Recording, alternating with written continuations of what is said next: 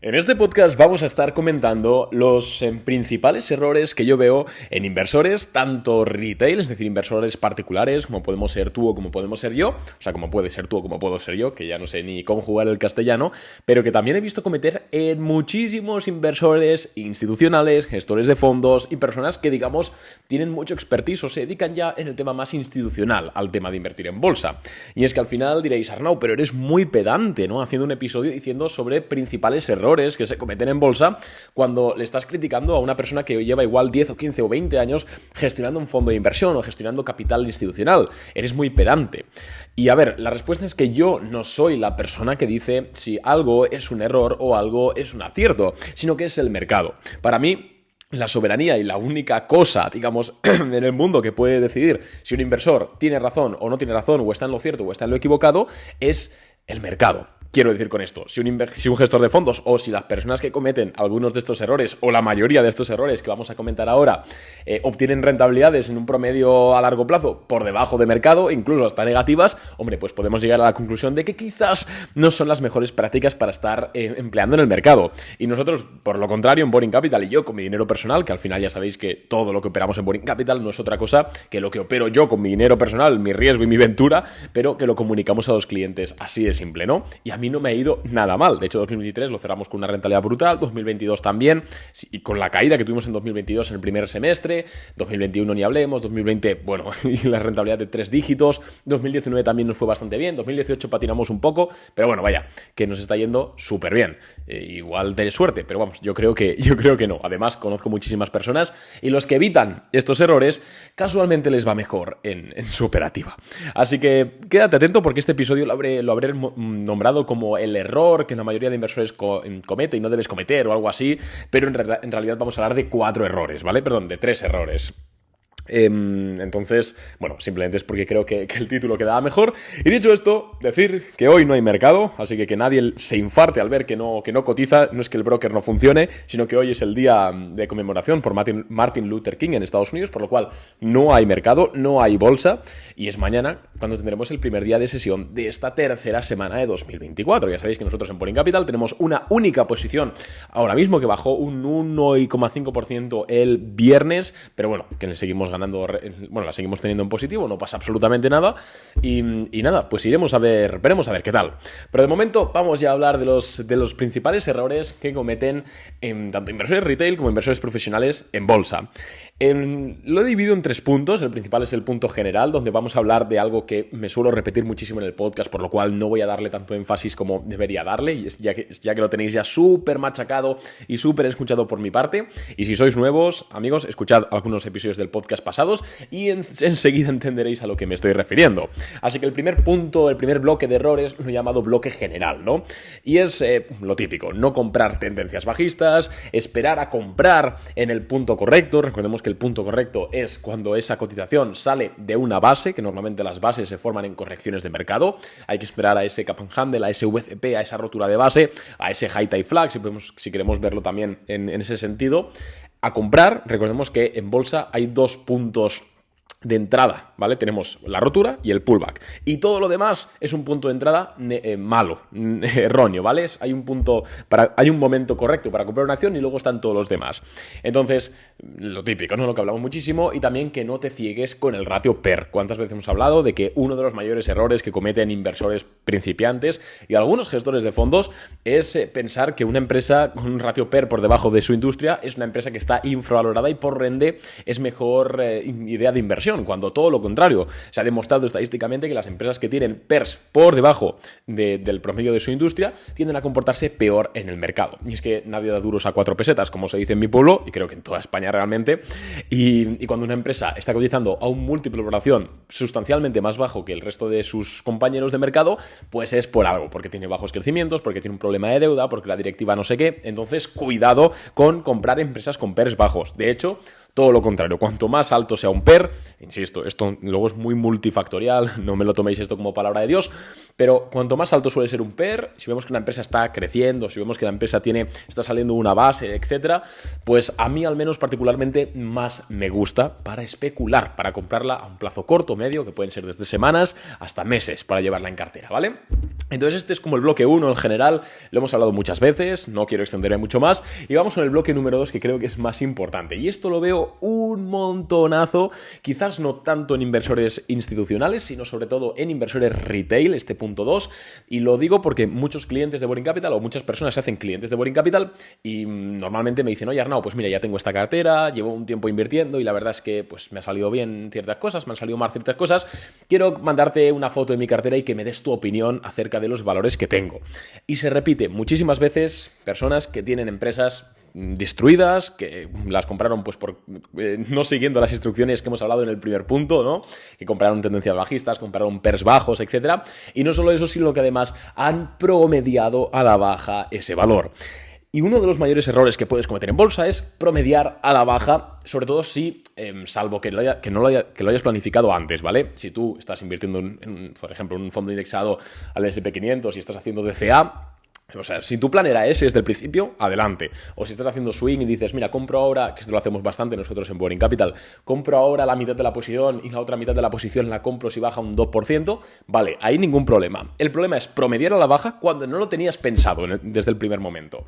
Y esto la mayoría de inversores, sobre todo son más principiantes, les ocurre cuando el valor empieza a bajar un 10, 20, 30%, les entra ese sesgo del coste hundido, esos nervios, entonces promedian, compran más acciones para bajar su precio medio de compra y así en su cabeza, porque la mayoría de ocasiones no sucede así, si rebota menos, pues bueno, van a poder tener un break-even antes de tiempo. La realidad es que la mayoría de empresas que han caído un 10, 20, 30, 40, 50%, es muy complicado que se recuperen. Hay excepciones, por supuesto que las hay, esto es el mercado. Estamos hablando en términos generales y en términos estadísticos. La mayoría de empresas que pierden un 10, 20, 30, 40%, salvo excepciones, insisto, es por algo. Entonces, promediar a la baja normalmente lo único que va a hacer es que comprometas más porcentaje de tu cartera en ese valor que no tiene tampoco nada de atractivo, posiblemente no tenga muchos crecimientos, posiblemente, bueno, la figura técnica será horrenda, no tiene nada de especial y al final seguramente acabes más pillado, perdiendo más dinero y es un desastre. Y esto, insisto, lo veo muchísimo en personas que se hacen clientes de Boring Capital precisamente para darle la vuelta a esta situación. Y yo digo, mira, yo es que lo siento mucho, pero es que hay que cortar las pérdidas. Cuanto antes, mejor. Si os fijáis, nosotros los stops que tenemos en Boring Capital suelen ser entre un 3 y un 5% de máximo de pérdida. Pero si ya estás en la situación de que pierdes un 10, 20, 30, 40, analiza la empresa, echamos un vistazo, pero vaya, lo más probable es que tengas que vender, realizar esas pérdidas y pues ponerte a operar, tratar de recuperarlo. Es una putada, pero bueno, mejor eso que seguir perdiendo. Una pregunta, bueno, un ejercicio mental, vamos a decirlo así, que recomiendo a muchos clientes de este estilo, ¿no? Que me vienen con una posición ahí perdedora y tal, pero me vienen a veces diciendo, ostras, pero es que si se recupera, ¿por qué tal? Mira, yo les hago la siguiente pregunta. Les digo, bueno, les propongo el siguiente ejercicio. Les digo, pregúntate que si imagínate que le das a vender a esas acciones sin querer en el broker, se te escapa el dedo, le das a vender y se te venden las acciones y realizas la pérdida que sea. ¿Las volverías a comprar? El 99% de las personas me dicen que no la volverían a comprar ya que la han vendido.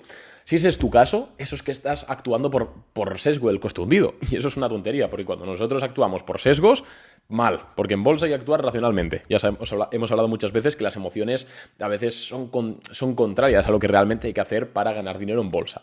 Entonces, no promedís a la baja, por favor, insisto, si no lo teníais planificado antes, porque suele ser una mala forma de comprometer más capital y encima perder más dinero.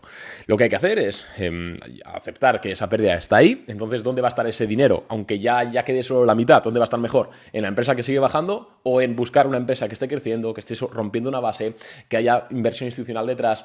Me explico, ¿no? Así que, por favor, no promedéis a la baja y cortar las pérdidas a tiempo. Y vamos con el punto 3, que este me parece el más interesante del podcast y creo que lo hemos hablado pocas veces en este podcast. Digo pocas veces porque al final llevamos 4 años o 5 años haciendo un episodio diario de bolsa es muy difícil no haber hablado de algo. Pero creo que últimamente no hemos comentado de esto, y es que no te engañen los crecimientos. Recordad que yo soy el primer abanderado de que cuando compramos una empresa tenemos que buscar crecimientos y sobre todo en EPS. EPS son Earnings Per Share, en español BPA, beneficios por acción, que básicamente son los beneficios reales que le quedan al accionista. ¿Por qué buscamos un crecimiento en EPS sobre todo? Bueno, pues porque al final las empresas las mueve la inversión institucional. Entonces, la forma de cuantificar realmente el dinero que está dando un negocio es con los beneficios por acción, y es en lo que más se fijan los inversores institucionales a la hora de comprar empresas. Como nosotros lo que queremos es posicionarnos en una acción que va a seguir subiendo, ¿vale? Sería lo lógico. Tenemos que encontrar empresas que sean atractivas para estos fondos de inversión tan grandes. Y la forma más interesante de verlo es con estos crecimientos grandes en EPS. Pero cuidado, porque no es tan fácil como simplemente ir a Finviz o ir a cualquier página web, ver los crecimientos y digo, mira, está creciendo un 50%, lleva 3 trimestres seguidos creciendo un 50% en EPS esta empresa y está saliendo una base, compro tal. Cuidado, amigos, porque hay muchas consideraciones adicionales. Concretamente 3.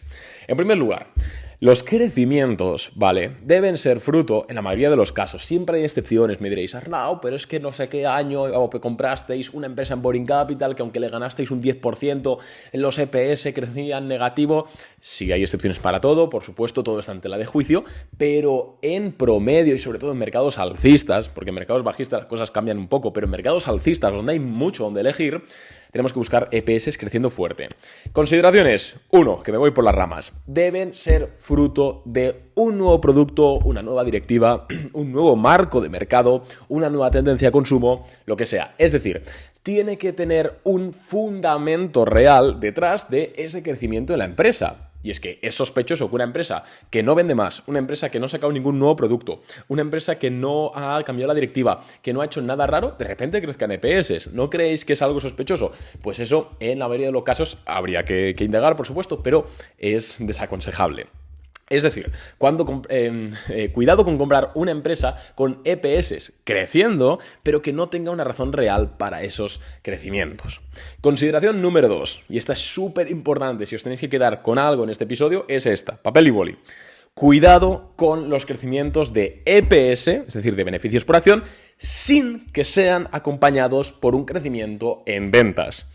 He visto muchísimas personas que compran la guía de inversión, la leen y la aplican, o son clientes de Boring Capital, hacen el curso, o personas que escuchan el podcast y saben más o menos la forma en la que operamos, porque han escuchado los podcasts, ven las historias de Instagram, etc. Y me dicen, Arnau, compré esta empresa que salía una base más o menos y tal, y macho, rompió la base para abajo y al final no ha cuajado. ¿Por qué? ¿No funciona la estrategia o qué es? Y yo digo, a ver, vamos a ver los crecimientos, porque en ocasiones el gráfico, o sea, no hay que tener únicamente en consideración el análisis técnico, hay que también considerar fundamentalmente la empresa, por supuesto. Y me dices, no, pero mira, sí, los crecimientos, los EPS estaban creciendo un 100% en los 2 últimos trimestres, no sé qué. Y decimos, vale, vamos a ver las ventas. Y resulta que las ventas estaban creciendo un 5% o un 10%. Es decir, si los EPS crecen, pongamos, un 50% trimestre a trimestre, pero las ventas solo lo hacen un 5%, cuidado, ¿por qué? Porque puede que los beneficios se deban a ganancias no recurrentes, por ejemplo, venta de inmuebles, venta de patentes, venta de una unidad de negocio, etc. Y eso no es un crecimiento que nos interesa a nosotros. A nosotros nos interesan crecimientos de beneficios, sí, pero beneficios que vengan de la actividad de la empresa, de los productos, de los servicios de la empresa, que vayan a tener continuidad en el futuro. O sea, a mí me da igual que una empresa de repente multiplique por 2 sus beneficios porque ha vendido los terrenos que tenían no sé dónde. O sea, me parece muy bien por ellos, pero a mí no es un crecimiento que yo busque. Este es un error muy importante, amigos. Buscad, sí, crecimientos en EPS es lo más importante, pero que vengan acompañados por un crecimiento en ventas. Importante. No hace falta que el crecimiento en ventas sea igual de grande que el de EPS, ¿vale? Esto al final depende de la industria, depende del momento de mercado, depende de muchas cosas, ¿no? Estamos hablando de forma muy general. Pero que tampoco tenga mucha diferencia. O sea, si un EPS crece 50% y las ventas un 5%, ahí huele mal.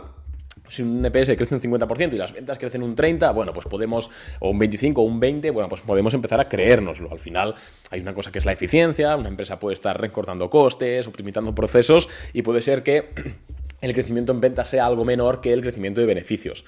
pero que vengan acompañados más o menos, que el patrón sea más o menos el mismo. No sé si me estoy explicando, porque muchas personas, insisto, muchas empresas maquillan crecimientos cuando en verdad es un crecimiento por la venta de una división de negocio, pero que el año que viene no va a volver a vender esa división de negocio, no va a vender otra vez inmuebles. Me explico, ¿no? Los beneficios tienen que venir virtualmente, ¿no? Tienen que venir de la explotación del modelo de negocio de la empresa. Importantísimo a la hora de ver los beneficios. Y el número 3 es que no te creas los earnings call de la empresa. O sea, yo muchas veces, cuando hay temporada de resultados, que ahora de hecho va a empezar una temporada de resultados nueva, no sabéis la de clientes que me escriben por Telegram o por correo electrónico diciéndome: Arnau, tío, tengo acciones de empresa X, o estaba mirando las acciones de la empresa X que ha presentado resultados hoy, cae un 10% después de resultados, pero me he leído la earnings call, la transcripción de lo que ha dicho el CEO o el CFO durante la comparecencia de resultados, y joder, fíjate, mira, están diciendo que están creciendo no sé qué unidad de negocio, están haciendo no sé qué, ¿por qué cae? Y yo lo que hago es, me abro una nueva pantalla en el navegador, me veo la earnings call, me veo el balance, me veo los números y me veo algún comentario de algún analista. ¿Y qué pasa al final? Pues que pasa al final que los resultados en verdad no han sido tan buenos como ha dicho la propia directiva, es más, seguramente han sido una mierda y por eso cae un 10%. O sea, muy pocas veces una empresa cae después de resultados sin una razón real. Creo que la última vez fue Google en septiembre de este año y nosotros de hecho compramos acciones y le ganamos luego un 10% o algo así. Pero vamos, contadas excepciones, de hecho una en todo el año, bajo mi punto de vista. Y es que, amigos, vamos a pensar un poco. Si una empresa tiene un trimestre malo, o está teniendo unos trimestres malos, ¿vale? Y dan la comparecencia de resultados empresariales y sale el CEO o sale el CFO de la empresa y nos comenta, ¿tú crees que el CEO o el CFO de la empresa va a decir: miren, señores, tenemos un crecimiento malísimo, nuestros beneficios están por debajo de la industria, nuestro margen de beneficios está recortando, además somos muy poco eficientes y además no funciona ninguna máquina de café de la oficina? Pues claro que no van a decir eso, aunque sea verdad, que seguramente sea verdad. No lo van a decir, ¿por qué? Porque son ellos mismos. O sea, eso es como cuando tu madre iba al colegio. Pues cuando tu madre te llevaba al colegio, pues tu madre se pensaba que eras el más guapo, el más inteligente y el más todo de la clase. Pero no tiene por qué ser verdad. Es más, seguramente, al menos en mi caso, no era verdad. Pero mi madre se lo creía. Pues esto es exactamente lo mismo. No podemos esperar que la directiva nos diga la verdad sobre el negocio. ¿Y dónde tenemos que mirar entonces? Bueno, pues lo que yo miro normalmente cuando me interesan realmente los resultados de una empresa, que ya os digo yo que en mi operativa muy rara vez tengo una acción comprada y me quedo a resultados, muy rara vez, pero cuando lo hago, miro, por supuesto, los números que publican, la cuenta de pérdidas y ganancias, el balance. En el 10 casi lo han actualizado, me leo el earnings transcript, por supuesto que sí, y también leo analistas, amigos, Seeking Alpha, Investing.com, Yahoo, hay un montonazo de analistas que dan su opinión acerca de los resultados. Con que te leas 2 o 3, incluso hasta por encima, ya tienes una visión más general de lo que realmente le está pasando a esa empresa. Pero quedarse únicamente con lo que te dice el CEO o el CFO, que claramente no van a decirte la verdad si es negativo, pues hombre, pues yo creo que es algo que no es muy eficiente. Así que nada más de momento, espero que te haya gustado este podcast. Como digo, hoy no hay mercado, así que vamos a estar aburridos por ahí. Y pues nada más, un abrazo y por supuesto recuerda que puedes valorar este episodio en Spotify con 5 estrellas, en Apple Podcast, en iVoox, donde sea que lo estés escuchando. Un abrazo y nos vemos, que me muero, en el siguiente episodio. ¡Adiós!